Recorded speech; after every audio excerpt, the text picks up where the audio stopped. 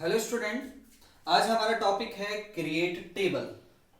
ये एसक्यूएल का एक पार्ट है जिसमें कि हम लोग एसक्यूएल में देखे थे डाटा डेफिनेशन लैंग्वेज। उसका एक कमांड है हमारा क्रिएट टेबल। तो क्रिएट टेबल किस तरह से टेबल को बनाया जाए, टेबल के किस तरह से स्ट्रक्चर को डिफाइन किया जाता है, ये सब सारा का सारा चीज हम लोग किसमें देखेंगे, क्रिएट टेबल देखेंगे, जिसमें कि हम लोग हेल्प लेते हैं डाटा टाइप का। और डाटा टाइप हम लोग पिछले क्लास में पढ़े थे।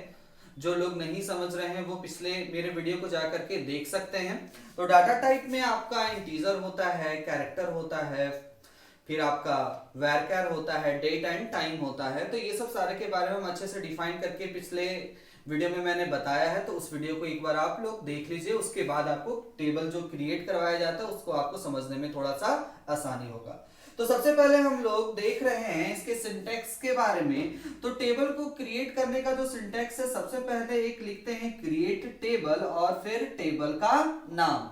तो देखिएगा, जैसे एक छोटा सा मैंने एक टेबल बनाया है यहाँ पे, जो कि टेबल का स्ट्रक्चर है, जो कि हम टेबल में के कॉलम में नेम, रोल नंबर, एड्रेस और डीओबी यानी कि डेट ऑफ बर्थ को मेंशन किए हैं। तो सबसे पहले आपको ये समझना होगा, कोई भी टेबल जो बनता है उसका कुछ ना कुछ नाम होता है। जैसे मैंने इस टेबल का नाम रख दिया है स्टूडेंट।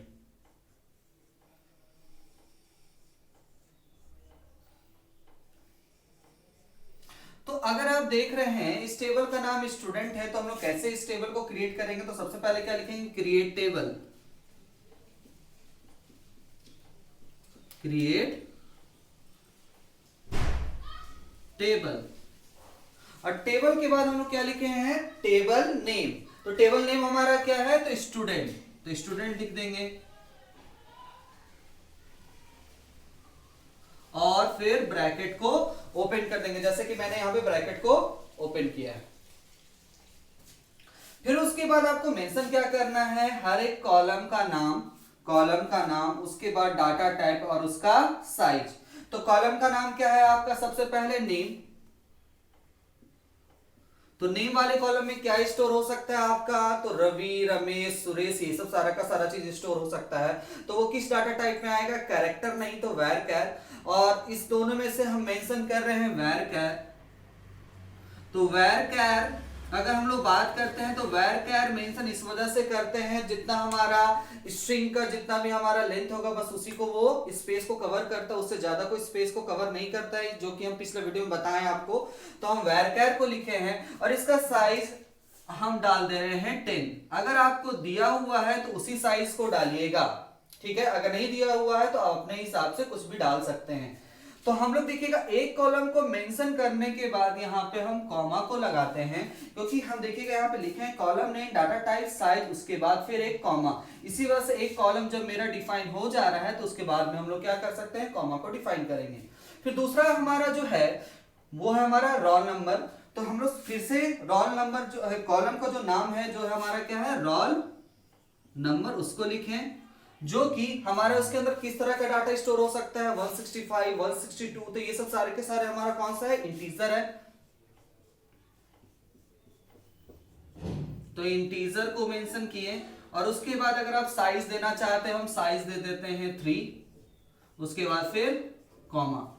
देखिएगा, दो अलग अलग डाटा टाइप है और दोनों अलग अलग डाटा टाइप यानी कि हर एक कॉलम को अलग अलग डिफाइन कर, इस वजह से सभी के बगल में हम लोग क्या करते जा रहे हैं? कॉमा को डिफाइन कर रहे हैं। उसके बाद जो हमारा एड्रेस नाम का जो कॉलम है उसमें हम सिर्फ ऐड लिखे हैं, तो सिर्फ हम यहाँ पे ऐड लिखेंगे। जो एड्रेस में हमारा गोवा, पटना, गया, ये सब सारा हो सकता है, तो हमारा इसमें भी हम लोग क्या मेंशन कर देते हैं? वैरचर।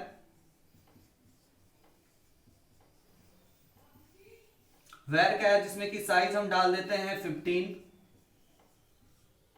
इसमें भी हम कॉमा डाल दिए। और डेट ऑफ बर्थ यानी कि उसका डेट ऑफ बर्थ क्या है, तो आपको पहले ही बताए थे, हमेशा इसमें ईयर, मंथ और डेट को मेंशन किया जाता है। तो इसमें हम लोग कॉलम का नाम क्या है? डीओबी को लिख दिए।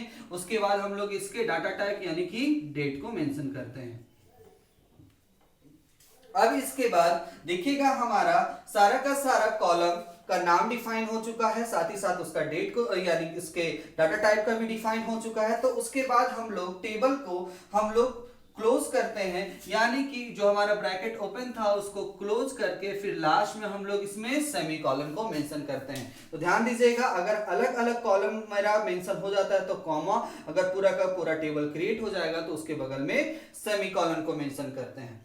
साथ ही साथ इसमें और भी एक चीज समझने वाला, अगर कंस्ट्रेंट आपको ऐड करना है किसी भी कॉलम में, जैसे कि प्राइमरी की, डिफॉल्ट या चेक को, तो जस्ट उसके बगल में जो भी हमारे, जैसे कि रोल नंबर हम इसको प्राइमरी की बनाना चाहते हैं तो रोल नंबर इंटीजर साइज को मेंशन करके बगल में हम उसके कंस्ट्रेंट को भी मेंशन कर सकते हैं, जैसे कि प्राइमरी की हो सकता है। किसी भी हम कॉलम की जब बात करते हैं तो एक से ज्यादा कंस्ट्रेंट हो सकता है, तो वो हम आगे देखेंगे। तो हम लोग अभी देखे हैं टेबल को क्रिएट करना, और टेबल को क्रिएट किस तरह से किया जाता है, क्या क्या सिंटेक्स होता है, उस सिंटेक्स के हिसाब से किस तरह से इसको डिफाइन किया जाता है, तो ये चीज है। लेकिन इसमें साथ ही साथ कुछ ना कुछ रूल भी है कि हमेशा जो टेबल का नाम होता है रिजर्व वर्ड को यूज नहीं करेंगे, जो कॉलम का नाम एक बार लिख चुके हैं दोबारा उसको रिपीट नहीं करेंगे। तो ये सब सारी चीजों को आप ध्यान रखिएगा।